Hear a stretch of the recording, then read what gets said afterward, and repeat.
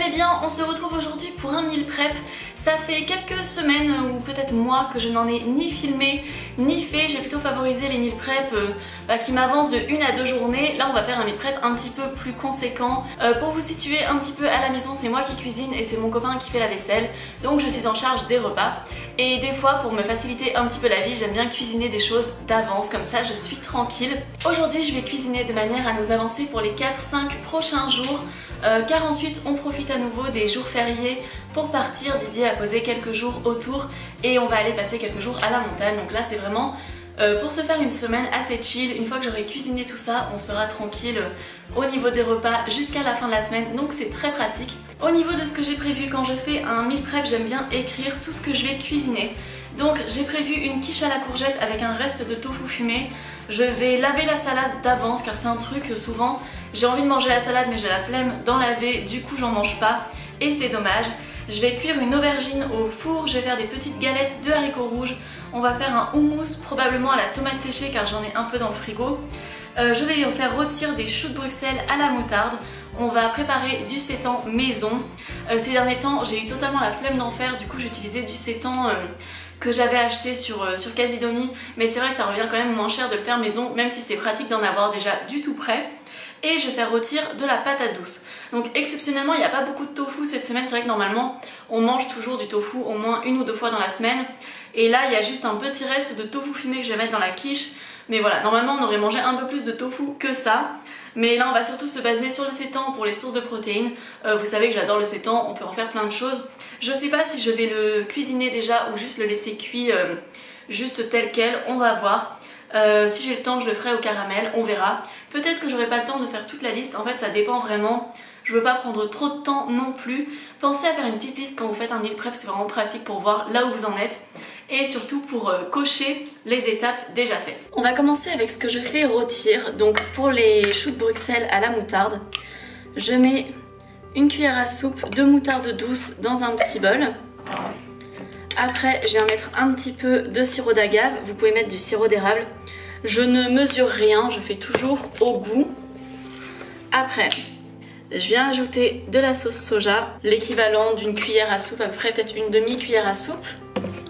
Et je viens mettre de la crème de soja en assez grande quantité. Je pense que je mets à peu près la moitié de la brique. Voilà. Les choux de Bruxelles, ce sera vraiment que pour moi parce que Didier n'aime pas du tout ça. Mais moi j'adore ça, franchement, cuisiner de cette manière, je pourrais en manger tout le temps. Je trouve ça vraiment délicieux. Donc là, je fais une petite sauce blanche, un peu crème moutarde. Je viens de disposer des choux de Bruxelles dans un petit plat. Voilà. Et je les recouvre avec la crème.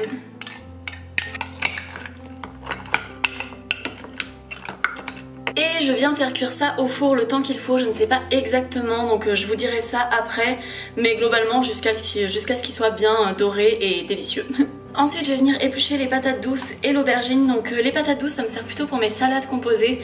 J'adore la patate douce rôtie froide ou chaude, peu importe, dans mes salades composées. Et l'aubergine ce sera pour mettre soit dans des pâtes, soit sur une pizza. On a prévu une pizza en fin de semaine, donc il y aura sûrement de l'aubergine dessus. Du coup j'ai épluché la patate douce et coupé en petits morceaux. On peut parfois manger la peau mais là elle était vraiment épaisse donc j'ai préféré l'enlever. L'aubergine j'ai laissé la peau, j'aime bien quand c'est au four, ça devient assez croustillant, c'est sympa. Je vais les arroser avec un mélange d'huile végétale. J'ai mis du paprika, du cumin, du poivre, du sel, des herbes de Provence et un petit peu de sirop d'agave. Et là c'est le moment où on se salit un petit peu les mains. Je vais répartir ça sur les 2 plats et il va falloir faire imprégner la marinade dans les légumes en massant avec les mains. C'est vraiment ce qui donne le meilleur résultat pour bien imprégner.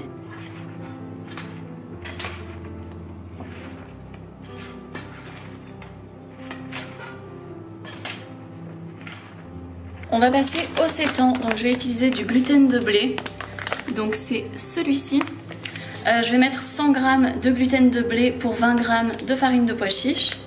J'ajoute ensuite simplement une louche de bouillon.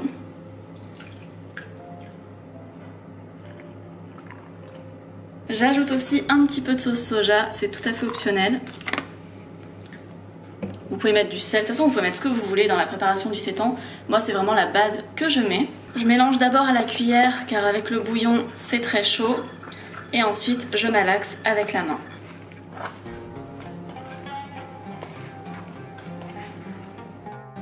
Je le découpe ensuite en petits morceaux et je vais venir le faire cuire dans le bouillon pendant 40 minutes dans un bouillon à tout petit feu.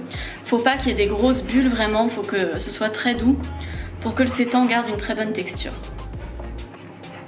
Pour la quiche, je vais faire exactement la même recette que je vous avais montré dans ma vidéo 3 recettes express avec du tofu fumé, mais en mettant des courgettes à la place des poireaux.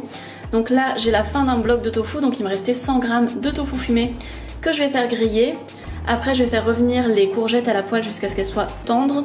Et après, je mettrai tout ça dans une pâte feuilletée, enfin dans une pâte à tarte maison que je vais faire ensuite. Alors, je vais enfourner ma quiche. Pour la tarte, j'ai fait une recette hyper basique que j'ai trouvée sur internet. Je fais ça à chaque fois, en fait j'en prends une au pif et je la fais parce que c'est toujours à peu près pareil niveau résultat. Il y a les courgettes, le tofu fumé. Pour l'appareil à quiche, vraiment allez voir ma vidéo 3 recettes express. Je pense que chaque semaine je reçois des retours sur cette quiche de gens qui l'ont faite et qui ont adoré, donc vraiment n'hésitez pas à la faire, vous pouvez la faire avec n'importe quel légume. Pour le houmous de tomates séchées, donc je ne mets pas d'huile dedans, je vais juste venir mettre 8 tonnes de tahini, donc c'est de la purée de sésame. Je viens mettre une boîte de pois chiches, je vais mettre les tomates séchées qu'il me reste dans cette petite boîte, mais c'est pas obligé d'en mettre, vous pouvez le faire à ce que vous voulez. Je viens mettre du cumin, là il n'y en a plus mais j'ai un autre pot de cumin. Je viens mettre une petite gousse d'ail que j'ai coupée en deux pour enlever le germe. Je viens mettre du jus de citron et du sel. Je mixe tout ça. Vous avez les proportions exactes dans une recette sur ma chaîne que je vous mets en lien dans la barre d'infos et dans le petit i.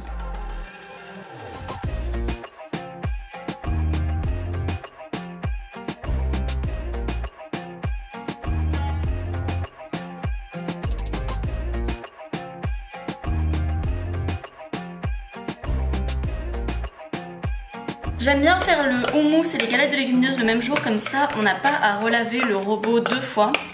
Parce que concrètement c'est à peu près les mêmes, le même type d'ingrédients qu'il y a dedans. Et au pire ça donne juste un petit peu de goût, par exemple ça donnera une petite touche de tomates séchées aux galettes de légumineuses. Donc voilà, il n'y a pas besoin de racler à fond, on perd pas de produits.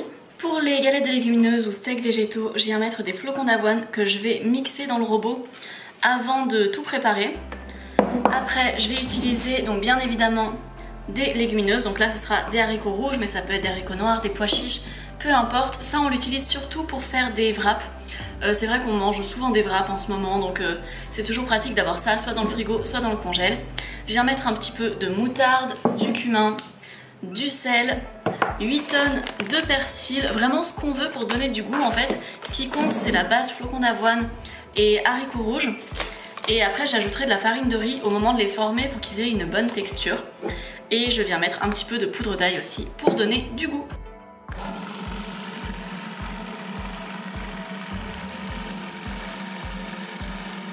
Et maintenant je vais venir former les boulettes. Donc je prends un petit peu de la petite pâte de légumineuse. Je la trempe dans la farine de riz pour que l'extérieur croustille un petit peu et que l'intérieur reste assez moelleux. Et ce sera parfait dans des wraps, on va les cuire à la poêle. Pendant que mes steaks cuisent, il y en a un qui attend sagement ici. Je viens laver la salade, donc là elle est très terreuse, donc je l'ai fait faire un petit bain d'eau.